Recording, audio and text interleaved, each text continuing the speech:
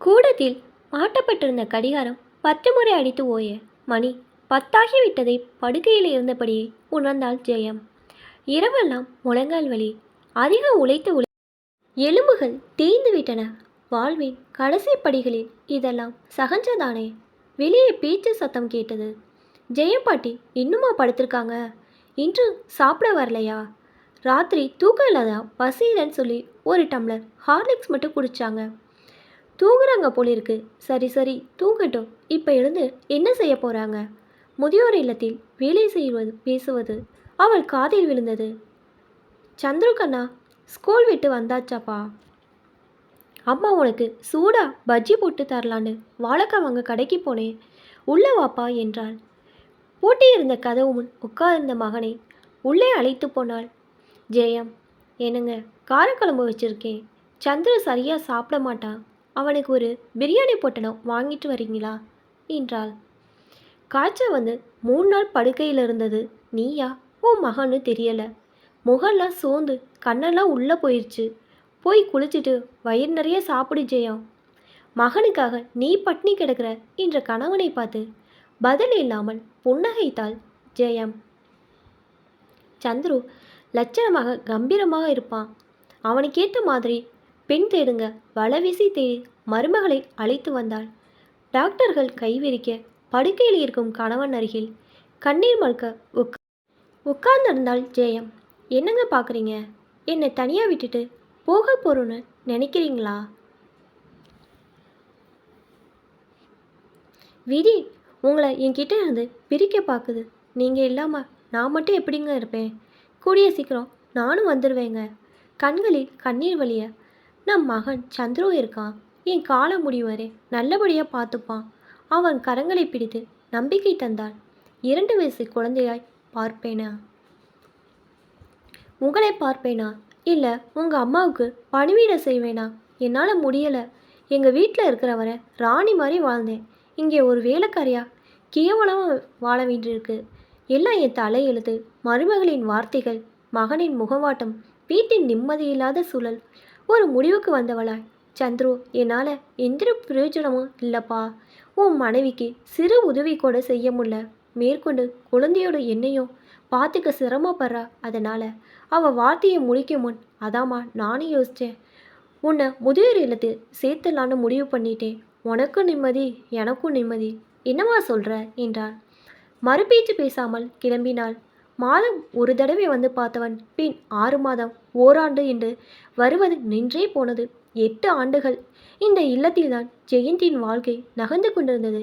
கணவனை தேடி செல்லும் நாட்களுக்காக காத்திருந்தாள் ஜெயம் பாட்டி. தூங்குறீங்களா?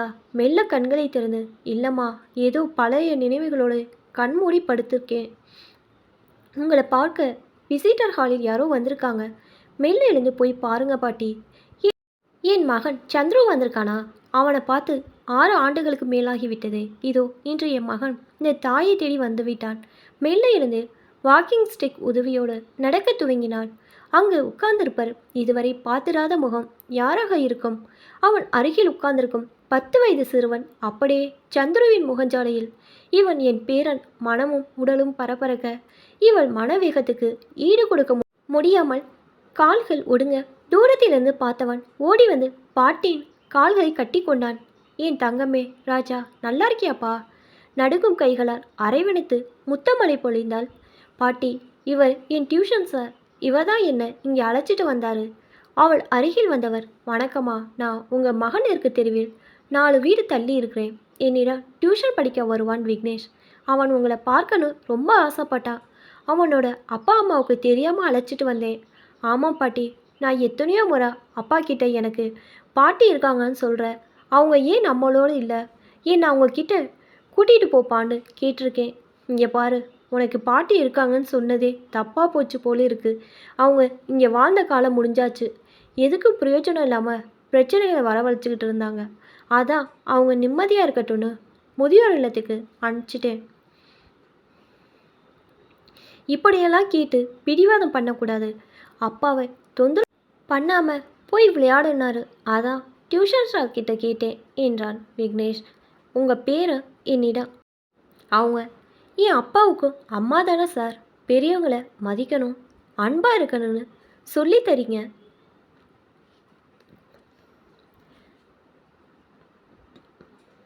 ஆனால் அந்த புத்திமதி அறிவுரை சின்னவங்களுக்கு மட்டும்தான். நான் கேட்டாமா எனக்கு பதில் சொல்ல தெரியலை. பேரன் சார்பாக உங்கள் மகன்கிட்ட பேசி பார்த்தேன். அதற்கு அவர், வேண்டாம் சார், இவன் ஆசைப்படுறான்னு நான் அழைச்சிட்டு போக வீட்டில் பிரளயமே வந்துடும். ஏதோ பிறந்தோம் வளர்ந்தோம், எங்களுக்காக பாடுபட்டாங்க, அதையே நினச்சிட்டு இருந்தா என் வாழ்க்கை என்ன ஆகுறது? அவங்க காலம் முடிஞ்சாச்சு, எங்கேயோ நிம்மதியாக வாழ வச்சுட்டு தானே இருக்கேன்.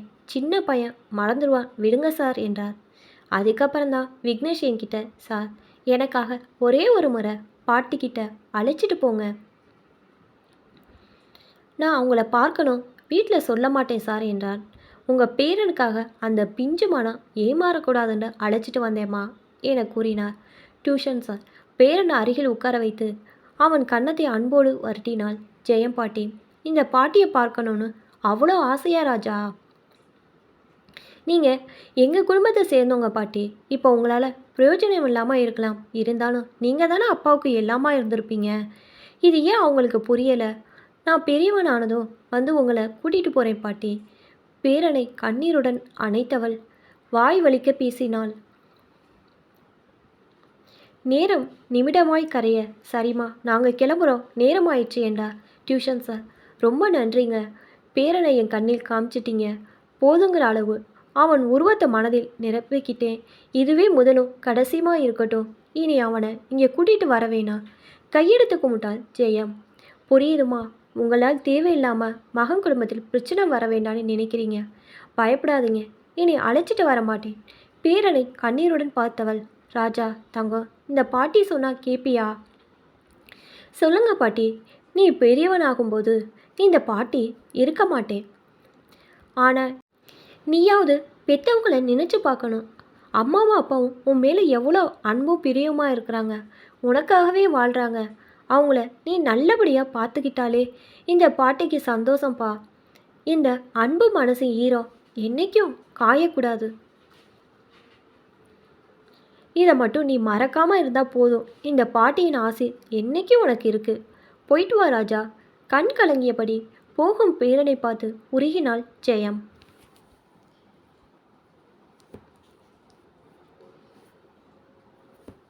இப்போ தான் என்னோடய சேனல் ஃபஸ்ட் டைம் பார்க்குறீங்கன்னா சப்ஸ்கிரைப் பண்ணிக்கோங்க. பக்கத்தில் இருக்க பெல் ஐக்கனை ப்ரெஸ் பண்ணிக்கோங்க. அப்போ தான் நான் ஒவ்வொரு தடவை வீடியோ போடும்போதும் உங்களுக்கு நோட்டிஃபிகேஷனில் வரும். தேங்க்ஸ் ஃபார் வாட்சிங்.